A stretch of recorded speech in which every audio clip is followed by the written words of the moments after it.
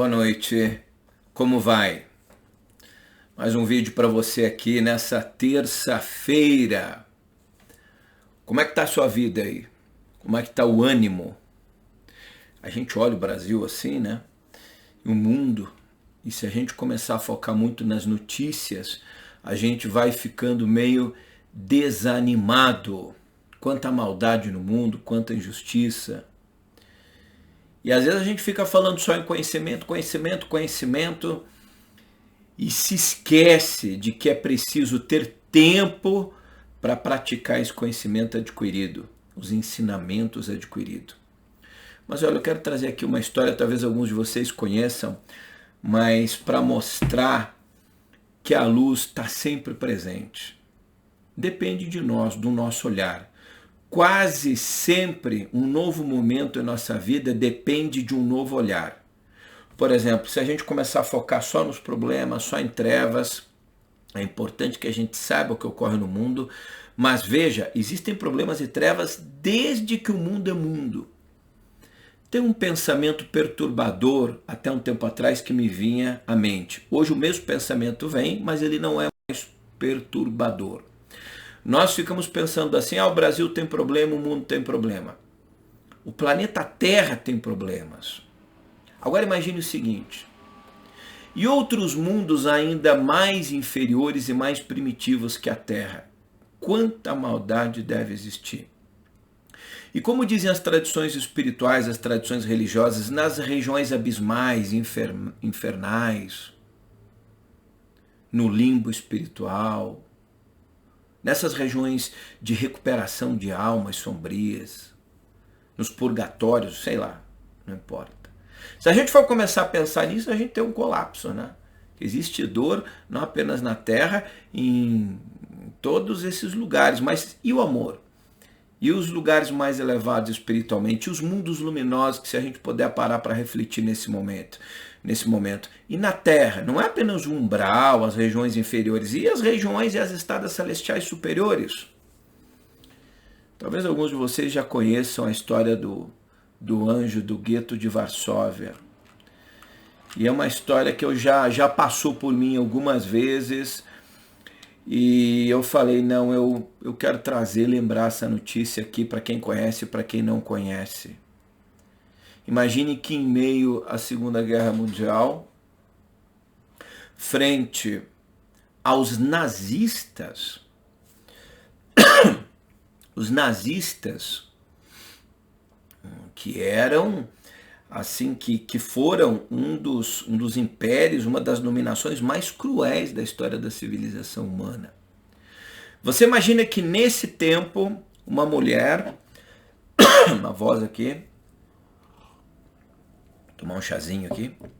Imagina que nesse momento uma mulher ousa desafiar o Império Nazista. Qual é o resultado do desafio dessa mulher ao sistema demoníaco e das trevas de Adolf Hitler? Tá ruim, as coisas estão ruins. Imagina se você fosse uma criança judia ou daquelas não gratas que eram destinadas aos campos de concentração. Pais e mães, as crianças foram separadas dos seus pais, das suas mães, as mulheres para um canto, os homens para o outro, e as crianças para a morte, para os fornos de cremação. É uma história estarrecedora de um tempo sombrio da humanidade. E foi agora, alguns anos atrás. É nesse tempo que alguém que está na luz resolve agir, não fica só reclamando. E a história dessa mulher, eu falo de Irena Sendler, a polonesa, ela veio à tona depois que um grupo de estudantes americanos resolveu fazer um trabalho e acabou descobrindo que ela sozinha havia salvo a vida de mais de 2.500 crianças em plena dominação nazista. E aí ela ficou conhecida como a mãe das crianças do Holocausto, ou o anjo do gueto de Varsóvia, para mostrar que a gente precisa começar a repercutir também notícias boas, né? Não é só ruim. Você posta uma notícia ruim, 300 mil pessoas compartilham, curtem, assistem até o final. Você vai fazer uma coisa luminosa, fala de uma notícia luminosa, meia dúzia assiste, dois fala, um compartilha. Nós vamos melhorar como o nosso mundo? Com esse tipo, compartilhando e se sintonizando nessa teia sombria. Antes da guerra, Irena Sendler já demonstrava amor e compaixão muito além da medida para as questões sociais. Ela era assistente social, por isso, para o Departamento do Bem-Estar Social de Varsóvia e trabalhou com enfermeiras. Nessa época ela trabalhava com enfermeiras e ajudava pessoas necessitadas com alimentos, vestuário, conseguindo medicamentos e até dinheiro. Veio a Segunda Guerra e ela percebeu as terríveis condições que as pessoas passaram a viver sob a dominação nazista, depois ia ter que sobreviver em guetos como o gueto de Varsóvia. Ela se une então ao Conselho de Ajuda aos Judeus e a partir desse momento, juntamente com uma amiga, ela consegue permissões para entrar no gueto. Na verdade, o objetivo era limpar os esgotos para prevenir doenças contagiosas. Mas a bondosa senhora propunha aos pais levar seus filhos para fora do gueto, enquanto trabalhava limpando os esgotos para prevenir essas doenças contagiosas. E para que ela então pudesse esconder as crianças até que a guerra terminasse em lares temporários. Ela chegou a utilizar diferentes tipos, várias formas para esconder e tirar as crianças do gueto de Varsóvia. Colocava as crianças em caixas de ferramentas, sacos de batata, caixões, cestos de lixo. Uma a uma, ela foi fazendo como formiguinha o trabalho da luz. Quando as crianças chegavam do outro lado, elas eram temporariamente instaladas num novo lar com novos nomes para esconder suas verdadeiras identidades judias.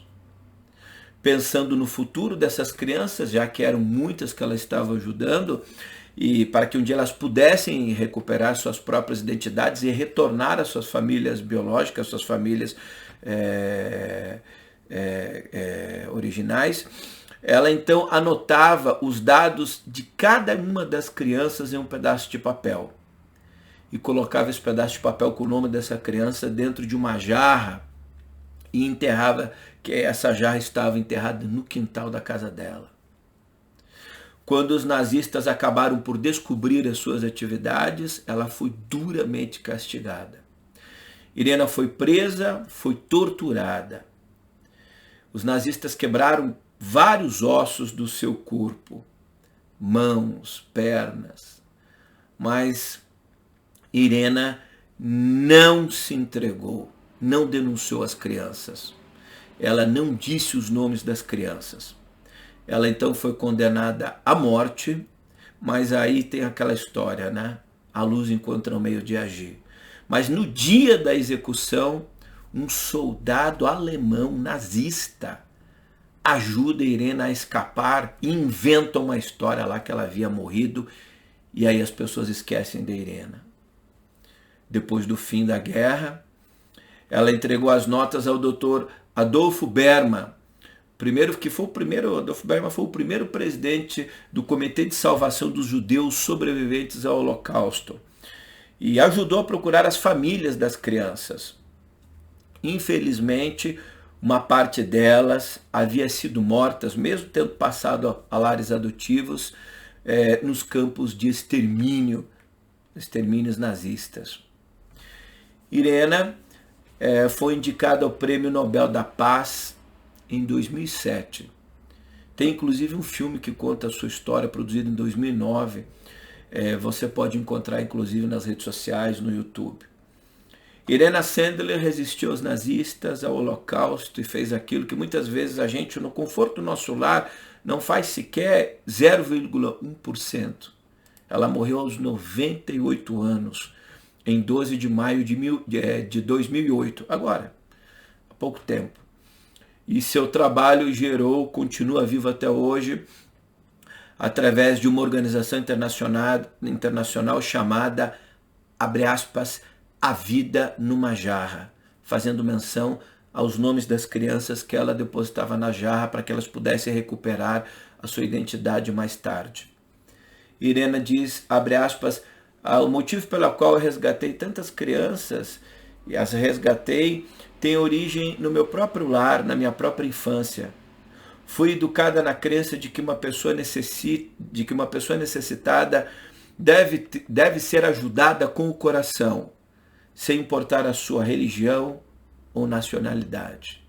Se nós tivéssemos mais donas Irenas, ou seja, o necessitado deve ser ajudado com o coração, sem importar a sua religião, a sua nacionalidade. Isso deve nos inspirar, deveria pelo menos. Irena Sandler, foi indicada ao Prêmio Nobel da Paz em 2000. Que ano que ela foi indicada aqui?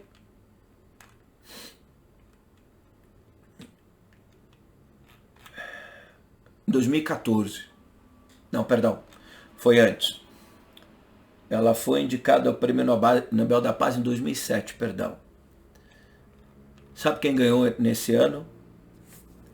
Al Gore, um político. Aquele mesmo que disse que o gelo no Polo Ártico iria desaparecer da Terra até 2014. Histórias como da Irena Sandler existem. Nós é que não fazemos muita questão de nos conectarmos ao lado luminoso dessa teia extraordinária. Principalmente nesses tempos tão difíceis que nós estamos vivendo, né? Nós ficamos com a impressão de que a justiça está desaparecendo da face da terra, de que as trevas estão ganhando, mas nós, sem percebermos, sem nos darmos conta, estamos mais conectados a notícias ruins, a temas nefastos, a pessoas sombrias, a almas sombrias, a notícias das trevas, do que a temas, notícias e pessoas luminosas. E você? Você passa a maior parte do tempo conectado ao quê? Irena salvou 2.500 crianças. Ousou ir contra o mais terrível, cruel, um dos mais terríveis e cruéis sistemas que foi o nazismo de toda a história da humanidade. E nós, de dentro do conforto dos nossos lares, tendo a nossa cama, a nossa casa, o nosso alimento, saúde, ou mesmo que tenhamos um ou outro problema, não temos os nazistas, a morte, os nossos filhos, os nossos pais, os nossos amigos, nossos maridos, nossas esposas, as nossas crianças sendo assassinadas em fornos de cremação. E ainda assim a gente passa a maior parte do tempo reclamando. Por um mundo com mais Irenas Sandler. Não é preciso pedir para que Deus abençoe uma pessoa dessa, ela já era abençoada. Mas o obrigado da sociedade humana da Terra, né? Por alguém como ela. E que nós possamos nesse tempo aí também fazermos uma profunda reflexão de que se nós estamos ficando doentes com tantas notícias, com tantas coisas sombrias, é porque nós estamos nos permitindo ficar doentes. Eu quero vida em abundância. Vamos estar cientes, sim, do que ocorre no mundo, mas não vamos nos transformar em trevas do mundo, porque é isso que esse mundo sombrio quer. Vamos cuidar da sanidade da nossa alma. Muito obrigado, Irena, e que a luz esteja sempre com você. Que nós possamos, através desses exemplos, trazer um pouco de exemplos como esse, trazer um pouco de inspiração para que nós também possamos ser trabalhadores da luz. Porque aonde os trabalhadores da luz mais se fazem necessários? Em momentos terríveis, sombrios como esse, onde o Terceiro Reich dominava boa parte da Europa, do mundo naquela época. Vamos então imaginar que se os tempos são sombrios, e tem uma frase que eu quero terminar que eu gosto muito, tempos sombrios fazem brotar almas luminosas. Que eu e você possamos ser parte dessas almas luminosas. Obrigado, Brasil.